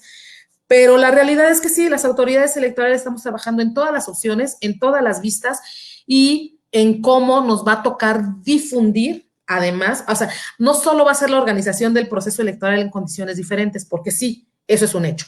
Y es un reto que también van a tener los partidos políticos. Hay que ver cómo los partidos políticos van a hacer campaña en tiempos de COVID. Entonces, hay que revisar cómo está este asunto, todas y todos. Pero como ciudadanas y ciudadanos, hay que asumir que está en nosotras y en nosotros cuidarnos y que entonces a lo mejor necesitaremos un espacio grande para poner una mesa directiva de casilla que garantice el metro y medio de distancia entre personas y no sé, todas estas cuestiones con las que está probado a nivel mundial que no se contagia este virus. Entonces estamos trabajando en ello, sí. ¿Se puede? Sí se puede, sí se puede. ¿Es fácil? No, nadie nos dijo que fuera a ser fácil, pero se está trabajando en ello y van a existir las condiciones, estoy segura, para garantizar el proceso electoral. Y se trabaja también en vía paralela para que no haya violencia de género o si hay se sancione, hay que tratar de prevenirla, pero si no, hay que sancionarla. Y se está buscando que haya paridad en todo y se está buscando que haya equidad en la contienda y se está buscando que las personas funcionarias públicas no hagan promoción personalizada cuando no deben y en todo se está. Entonces, ¿Estamos listas las autoridades electorales para garantizar procesos electorales como los que siempre hemos garantizado? Sí, y ahora con el plus de tener un tema de pandemia que nos va a hacer ajustar cosas, pero que seguramente vamos a salir avante como siempre salimos como ciudadanía y como autoridades electorales. Muchísimas gracias, consejera. Pues ahora sí, vamos a empezar con algunas de las preguntas que nos hicieron nuestros compañeros. Creo que ya algunas fueron respondidas durante la intervención de la maestra Caro. Entonces, bueno, pues hay algunas que son relativas a temas particulares de Copaco. Digo, yo aquí me quisiera adelantar un poquito. Seguramente hubo algunas personas que no pudieron acompañarnos en la transmisión de la semana pasada, porque de hecho el consejero Bernardo Valle pues nos platicaba que pues están todavía ahí medio en proceso de reformular algunos procesos, varias cosas que todavía quedan ahí pendientes. Se los comparto porque vaya, creo que ya algunos de nosotros ya habíamos escuchado al respecto. Sin embargo, consejera, pues me gustaría pues, poderte hacer estas preguntas, aunque pudiéramos hacer las respuestas de manera breve, e insisto, sé que no le competen a tu comisión, pero pues para que podamos ir orientando a nuestros amigos. Nos pregunta Ángel Montiel, ¿qué va a suceder con las actividades de las frente a la pandemia? Y la segunda, que ya también ha sido recurrente, es cómo se va a obtener la gratuidad en el transporte público que señala la Ley de Participación Ciudadana, otorgada a los ganadores de las Copacos, ya que en este momento pues, nos están entregando las credenciales. Gracias. Fíjate que sí nos hacen esas preguntas con mucha frecuencia. Yo aquí quiero platicarles, como autoridad electoral, nos toca organizar la elección, nos toca tomar la protesta y lamentablemente, o afortunadamente, no lo sé, porque para todo hay instancias, se acaba nuestro trabajo con las Copacos ahí. Este tema, las actividades de Copaco pandemia, me parece que más bien tiene que ver con la dinámica de cada una de las diferentes demarcaciones territoriales de las alcaldías, del pleno de las alcaldías, porque pues ya tomaron protesta, ya les toca trabajar en el ámbito administrativo y en el ámbito para el cual fueron electos. ¿Cómo se va a hacer? Me parece que eso es, insisto, un tema que se tiene que ver con las alcaldesas, con los alcaldes, con las concejalas, con los concejales, a partir del plan de trabajo que se tenga de la propia alcaldía, de la propia Copaco, y como autoridad electoral en todo caso solo nos puede dar gestión propiamente, la administración es ajena al instituto, y la verdad es que sí creo que es indispensable hablaba al principio, hablabas, concejala, de este respeto a las instituciones. Bueno, pues parte de eso es respetar lo que le toca hacer a cada una de ellas. Sería muy intromisivo de parte del instituto decir, estas actividades se van a realizar a partir de esto así. No, eso sí creo que les toca en el ámbito administrativo. Igual que el tema del transporte, porque es una prerrogativa que está en la ley, pero a quien le toca otorgarla es al gobierno, no al propio instituto. Entonces, sí creo que es importante, pues que ya se pronuncie, supongo será la Secretaría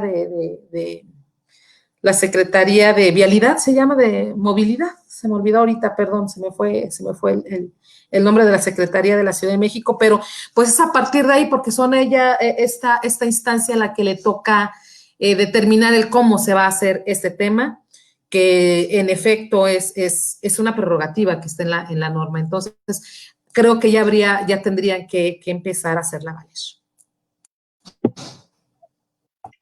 Pues vamos a tener que ayudarles a nuestros amigos copacos a que se organicen y a que podamos pues ir próximamente pues resolviendo este tipo de temas. Sabemos que pues el tema de la pandemia pues no hay manera de que lo pudiéramos controlar, ¿verdad? Creo que a todos se nos fue un poquito de las manos, pero bueno, sin duda pues habrá que irnos adaptando. Yo lo que les quisiera complementar es insisto, la semana pasada que tuvimos oportunidad de platicar con el consejero Bernardo, que es justo a quien le toca este tema de los copacos, la parte de participación ciudadana, nos compartió que en algunas semanas estaría pues él en condiciones de poder volver a reunirse con nosotros y por supuesto que nosotros hagamos extensiva la invitación a todos los copacos, pues para que puedan darnos también un poco más de información de lo que vendrá en el futuro. Pero bueno, pues sabemos que están trabajando duro, que lo están haciendo diariamente, que ya hay mucho trabajo que hacer, que obviamente ya también dependen de otras instancias del gobierno de la ciudad. Y bueno, pues yo sé que pronto se irán resolviendo estos temas. Paso a la siguiente pregunta, mi querida consejera, es igual con este tema de los copacos, y nos pregunta Cristina Ramos, o más bien nos hace el comentario, y Cristina nos dice que ella es integrante de una copaco y no la han convocado para iniciar los trabajos. Podríamos recomendarle que visitara tal vez alguna página en particular, que pudiera llamar algún número para que pudiera tener un poco más de información. Sí, es que, insisto, ya les toca coordinarse a ustedes, no sé, tendría que ser, ya saben quiénes son los que integran la Copaco, porque a lo mejor empezaríamos por ahí. Si ya saben quién le entregan, ya se tienen que coordinar para trabajar. Si no, sí, en la página del instituto debe estar la información de quiénes integran cada una de las Copacos. Yo te voy a pasar, concejala, la verdad es que ahorita no la tengo a la mano, porque hay incluso un micrositio ya del instituto específicamente para el tema de copacos, en donde pueden consultar muchas cosas. A lo mejor muchas de estas preguntas tienen respuesta en este sitio, pero lo principal es decirte que tienen que contactarse, tienen que ponerse de acuerdo, ya fueron electas y electos.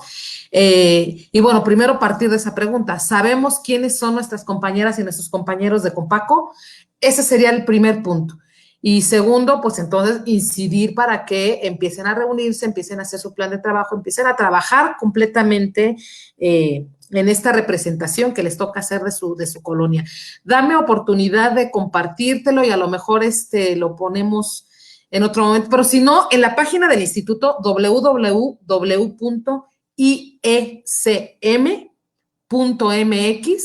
ahí seguro aparece el vínculo al micrositio. Quería darles el dato concreto del micrositio, pero no lo tengo a la mano, pero sí es accesible desde la página del Instituto Electoral de la Ciudad de México.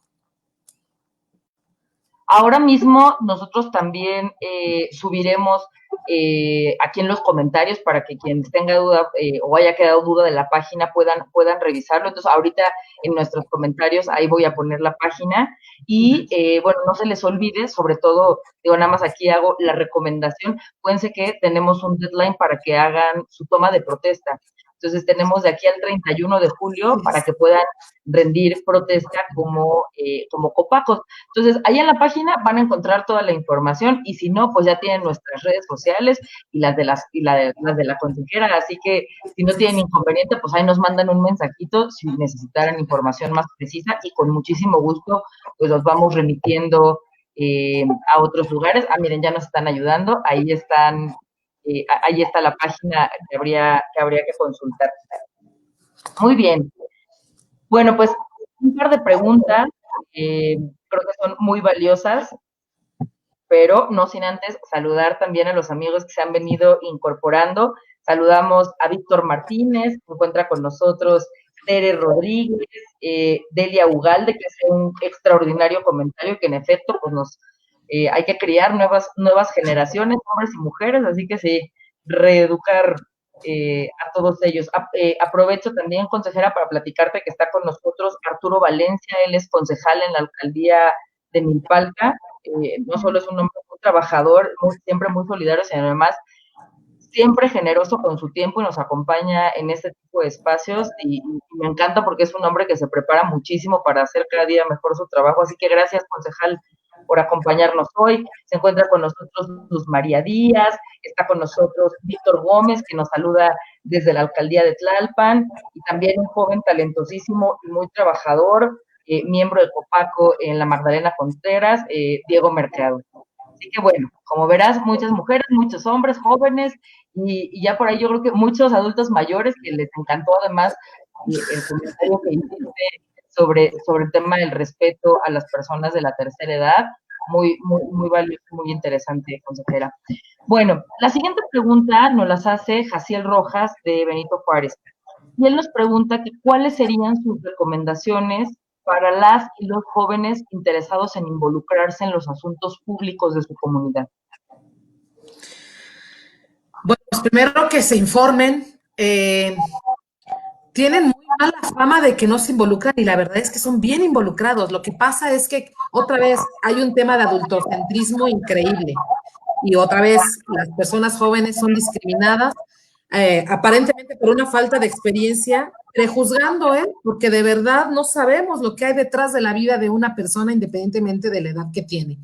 Entonces, lo primero es pues que tomen las riendas, así como las mujeres la venimos tomando a pesar de y de que no quieren. Bueno, primero que tomen las riendas y que se lancen, que se avienten al ruedo a la vida política desde las COPACOS, insisto, la observación electoral, las candidaturas, preguntarle a su diputada, a su diputado, ¿cómo vas con estas propuestas de ley? Oye, tú prometiste esto y estás haciendo esto otro, o incluso una felicitación, bravo, me siento bien representada, me siento bien representado. Entonces, es involucrarse en la vida pública desde todos los aspectos. Insisto, el tema primero es informarse y ¿qué les recomiendo? Pues tener claridad de qué es lo que quieren primero, agarrar la meta y encaminarse derechito. Hay opciones, partidos políticos, y muchos partidos políticos, existe también la función pública, los concursos de oposición para participar de la vida pública como funcionario, opciones hay muchas. Entonces, lo primero que recomiendo es que planteen la ruta. Lo segundo que recomiendo, y no solo a las personas jóvenes, al mundo, hay que estudiar. Hay que estudiar mucho, hay que conocer, porque decía por ahí en otro comentario, y en ese coincido plenamente, el conocimiento nos hace libres y nos hace ser personas participativas y nos hace dejar de depender, como yo les decía al principio, de la opinión de terceras personas. Bien dicho, consejera, hay que orientar a los jóvenes y en efecto, según las estadísticas dicen que nomás 1 de cada 10 participa y la verdad es que o yo tengo muy buena suerte de conocer a muchas jóvenes y a muchos jóvenes participativos y entrones o yo tengo otros datos, ¿no? Que también no, ya... No, te voy a decir cuáles son tus datos.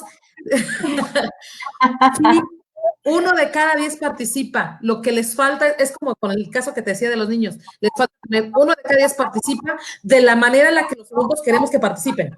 Esa es la verdad, ¿eh? Sí, así debe ser. Pero en efecto, sí, hay muchos que están interesados, involucrados y quieren hacer muy bien las cosas. Ahí déjame concatenarlo justo con una pregunta que también nos hace Ángel Montiel, y justo que tiene que ver con el tema de los jóvenes. Y él nos pregunta que cuál es el papel de los jóvenes dentro del Instituto Electoral de la Ciudad de México. Nos dice, ya que por ley no se reconoce una cuota de participación de estos en el instituto. Pero la pregunta se dirige al interior del instituto.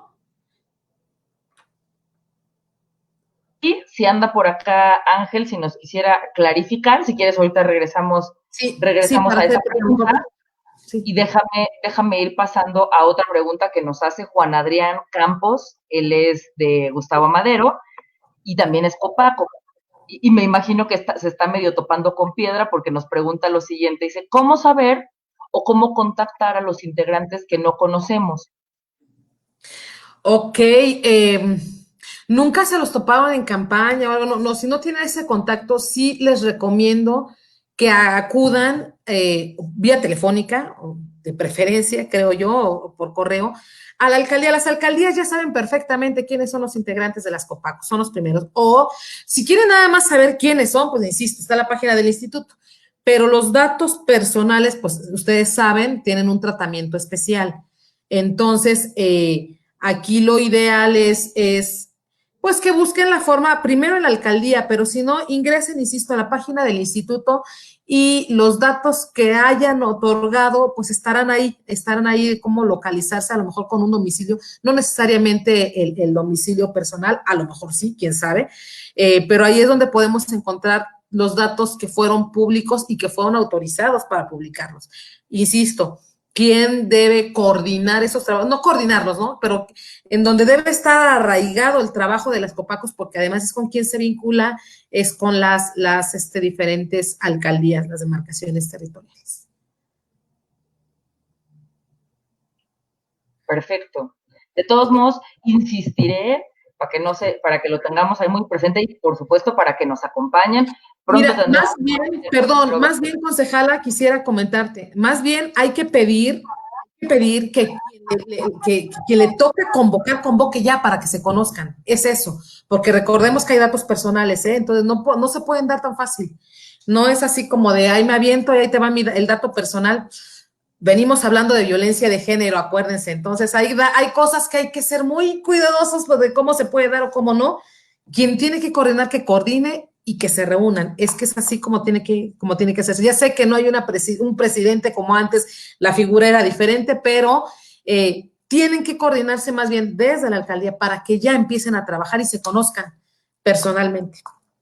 Buenísimo. Por ahí, de hecho, nos hizo favor Norma Tagle de compartirnos una página en donde pueden consultar los resultados.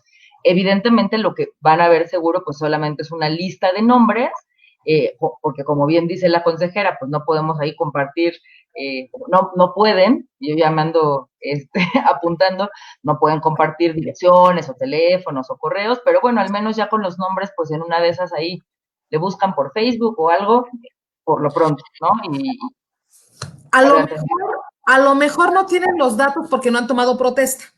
Entonces, acuérdense, hay que formalizar la integración de la Copaco tomando la protesta, ¿eh? Lo que les decía es que tienen un plazo para tomar su protesta, tómenla porque a partir de ahí se firma una autorización de datos y todo esto. Hay que formalizar jurídicamente ese espacio en la Copaco y a partir de ahí seguramente serán convocadas y convocados y empezarán a trabajar en conjunto. Buenísimo. Muchísimas gracias, querida consejera. Me gustaría compartirte este comentario, en realidad, que no es pregunta, pero la verdad es que es una flor, creo que muy bonita para ambas, pero yo estoy segura que con mucho cariño para ti. Adriana Sandoval nos dice: mujeres como ustedes fortalecen a más mujeres en su pensamiento y actuar. Gracias por compartir y decir las cosas tan claras como requieren ser escuchadas. Se los dije al principio, la consejera le sabe, pero además ella es muy puntual y muy precisa y nos habla en confianza, ¿no? Para que nos llevemos muy claritos estos temas. Muchas gracias, Adri, por tus comentarios y suscribo, de verdad, muchas gracias, consejera. Ha sido una plática extraordinaria. Y pues déjame seguir con algunas de las preguntas. Bueno, por ahí también nos comparten algunos amigos, ahí luego le echan ojo a los comentarios porque todos nos están platicando un poquito de sus experiencias en las tomas de protesta. Nos cuentan, por ejemplo, de Atenor Salas, que parece que hubo un integrante fantasma que nadie conoce, nadie sabe quién es, y el instituto pues no les ha compartido mucha información. Bueno, pues valdrá la pena ahí que vayamos en lo próximo tocando base y viendo si en efecto pues andan por ahí. Consejera, regreso a la pregunta que nos hacían hace un ratito, que nos preguntaba Ángel, y nos dice que sí. Lo que él nos pregunta es que cuál es el papel de los jóvenes dentro del Instituto Electoral y si existen, pues por ley, o más bien si podría haber como por ley alguna especie de cuota de participación para que también los jóvenes formen parte del Instituto Electoral. Claro.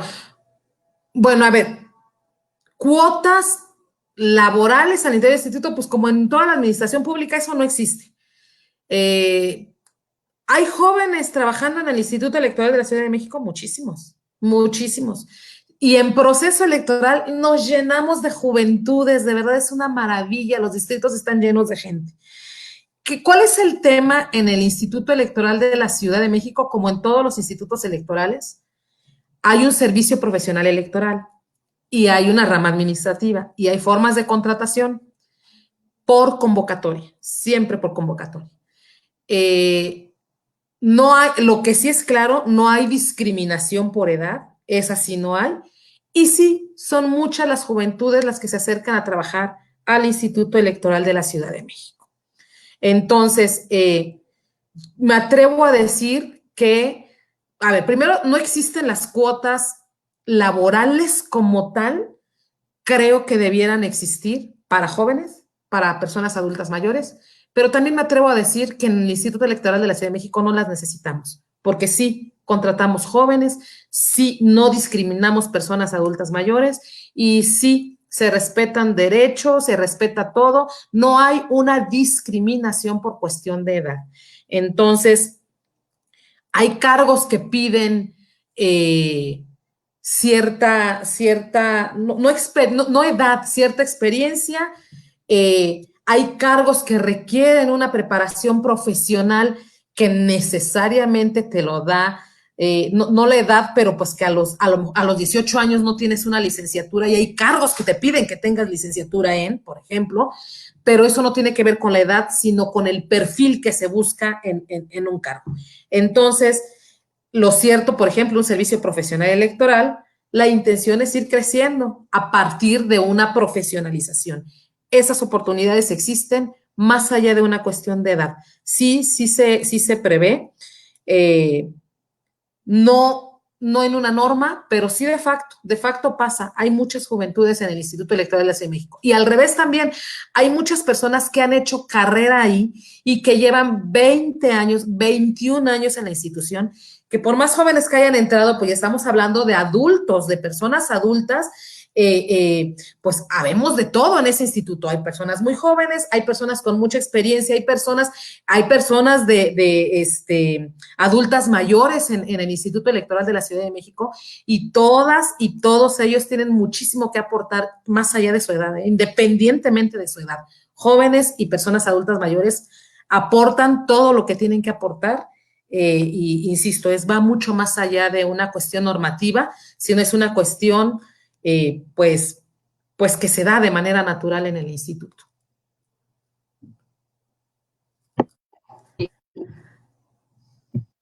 Eso es muy cierto. Tenemos de verdad que mucha gente joven participando ahí. Y bueno, pues ojalá que, como la consejera, que es muy joven, sí, con todos esos años de experiencia que tiene y con ese gran conocimiento que nos ha compartido, pues es una mujer muy joven, así que la verdad es que tenemos una buena representación y claro, pues habrá que irse preparando para abrirle el camino a que más jóvenes pues puedan ir teniendo también estos espacios que son tan importantes, pero que claro, pues requieren de una enorme profesionalización. Consejera, pues como siempre, como me dicen mis amigos que soy bien excedida y yo, pues como estoy muy a gusto, ¿verdad? Contigo, yo aquí me quedaba toda la noche. pero seguro que hay algunos que tienen hambrita, ¿no? Y algunas actividades seguramente que hacer. Entonces, mi consejera, me gustaría que nos fuéramos con la última de las preguntas que nos hacen nuestros compañeros. Y pues ya después, si me lo permites, hacemos unos comentarios de cierre. Y la última pregunta nos las hace Julio Rodríguez. Y me encanta porque además tiene que ver con temas de género. Y él lo que nos pregunta es, en su opinión, ¿cuál ha sido el avance más significativo para la agenda de género y los derechos en nuestro país? ¿Y cuál será el impacto que tengan en los próximos procesos electorales? Sin duda, la forma de paridad en todo, sin duda. Fue una lucha de legisladoras de todos los colores y sabores. Qué maravilla de norma. Acción afirmativa, decían unos, la verdad es que no. Darle a la paridad el rango de principio constitucional es el avance más grande que hemos tenido en los últimos años en materia de género. ¿Cuál es el reto? Lograr que las 32 entidades federativas armonicen sus leyes a esta reforma constitucional federal. Ese es el reto. Ciudad de México todavía no lo hace, está por hacerlo el próximo viernes. Entiendo yo que está agendado, está puesto en la agenda de un periodo extraordinario. Esperemos que satisfaga las necesidades de las mujeres en esta capital, pero sobre todo que sea armonizada a la reforma constitucional. Eso es lo que creo que ha sido lo mejor y que el reto es que eso legislado se vea en una paridad real, en una paridad sustantiva, en de verdad la representación de las mujeres, de verdad mujeres ocupando los espacios públicos a la mitad en este país.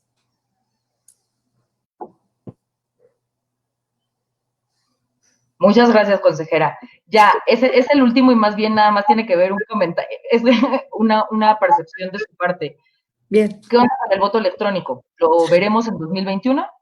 El voto electrónico ya se tardó. El voto electrónico es ya. El voto electrónico tiene que ser, y más en circunstancias como las que tenemos. Vamos a ver en el 21, no lo sé, porque otra vez la gente desconfía en presencia, imagínate electrónicamente. Necesitamos que la gente confíe, necesitamos que la gente sepa que puede confiar en sus autoridades electorales, pero sobre todo en ellas y en ellos mismos. ¿Qué opino? Que tenemos que transitar a él ya, por favor, ya. Es necesario. Ahorra errores humanos, tiempo, cansancio, ahorra tantísimo que de verdad nos estamos tardando. Necesita ir ya. 21, tal vez no nos alcance porque, no tal vez, simple y sencillamente la legislación hoy no lo permite como está. Entonces, se pasaron los tiempos de modificar la ley para que pudiera aplicar a este proceso electoral, así es que no se va a poder, al menos no el presencial, probablemente el del extranjero, no lo sé, eso no me toca decirlo a mí porque es un tema del INE, no sé si vaya a ser la intención hacerlo o no, es una pena que todavía no podamos aplicarlo porque otra vez nuestras normas se basan en desconfianza. ¿Y qué más desconfianza? O sea, nos costó trabajo entrar al banco en línea, nos cuesta trabajo todavía comprar en línea, pues imagínense emitir el voto. Sí hay que confiar un poquito más. Hay que confiar un poquito más, pero sí, ya es indispensable. Tiene toda la razón. Ojalá que así sea, porque en efecto, entre otras, nos va a ahorrar pues mucho tiempo, dinero y esfuerzo, y mucho sacrificio, porque bueno, vemos quienes hemos estado ahí en casilla y sabemos la frieguía que es contarle, en fin. Pero bueno, consejera, muchísimas gracias, de verdad. No sabes qué padre me la pasé contigo. Yo estoy convencida de que todas y todos los que nos estuvieron siguiendo durante estos muchos minutos, pues se van muy contentos e igual que yo, muy agradecidos por tu tiempo, por tu sencillez, por tu carisma y sobre todo por el gran conocimiento y la gran experiencia que tienes y que nos compartes. De verdad te agradezco muchísimo el tiempo que nos has dedicado, no sin antes comprometer de que te podamos tener en algún otro momento, pues para que sigamos platicando de temas de género, de temas de violencia, de temas de derechos, porque vaya que todavía hay muchas cosas sobre las que tenemos que seguirnos informando. Muchas gracias, consejera, te lo aprecio enormemente. Muchísimas gracias a ti, mi querida concejala, y muchas gracias a toda la gente que nos siguió, que nos preguntó y que aguantó aquí la charla larga. Tú y yo no la podemos aventar aquí a todo dar, pero no, agradezco mucho a la gente, de verdad. Es padrísimo escucharles, leerles e interactuar con ellos a partir de estas preguntas. Mil gracias. Y cuando gustes, aquí estamos. Muchísimas gracias, consejera. Pues así será. Y a todos, pues ojalá que nos puedan seguir en nuestras redes sociales. Les compartiremos también las redes sociales de la consejera para que la sigan y estén muy pendientes de las actividades que están realizando desde el Instituto Electoral y de manera puntual las que se están realizando desde su comisión. Y por supuesto, pues ojalá que nos puedan seguir para compartirles sobre nuestra próxima invitación para que puedan acompañarnos a estas videoconferencias. Gracias a todas y a todos por estar el día de hoy con nosotros. Les mando un gran abrazo, que tengan una linda noche. Y no se olviden, y yo no lo hago, que tenemos pendiente esa charla para poder discutir todavía algunas puntualizaciones sobre el tema de los copacos. No se crean que los dejamos en vivo. Así que próximamente tendremos nuevamente al consejero Bernardo para que nos siga ampliando la información. Les mando un gran abrazo a todos y que tengan una linda semana. Bonita noche.